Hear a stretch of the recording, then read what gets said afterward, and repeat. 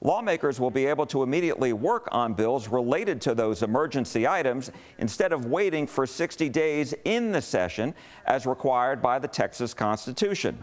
One of these items will undoubtedly be taxpayer-funded education savings accounts in which students receive money from the state to attend private school. During our interview, the lieutenant governor pushed back against Democrats who've called the program a voucher scam. There's no way that we're undermining public education.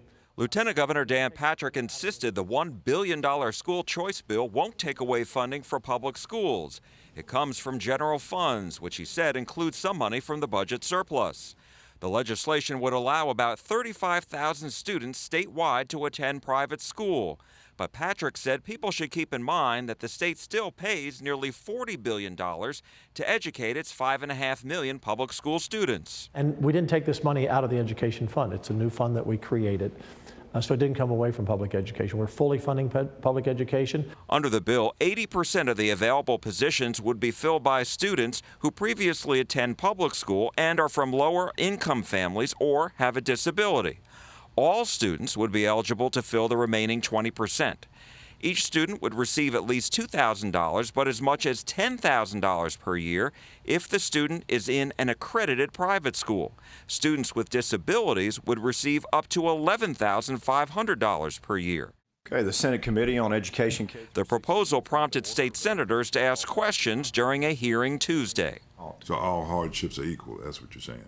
We try to make sure we respect everyone's challenges as they approach us, yes, with great respect. And so you're putting bullying on the same, I guess you could say equal platform as low-income schools.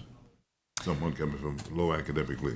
Well, I mean, I personally know families who've lost a child to suicide because of bullying. That hearing attracted everyday Texans on both sides of the issue. As I saw my son marginalized, abused, bullied, and largely ignored in the wake of a school system that was overwhelmed and ill-equipped to educate a child with an autism diagnosis.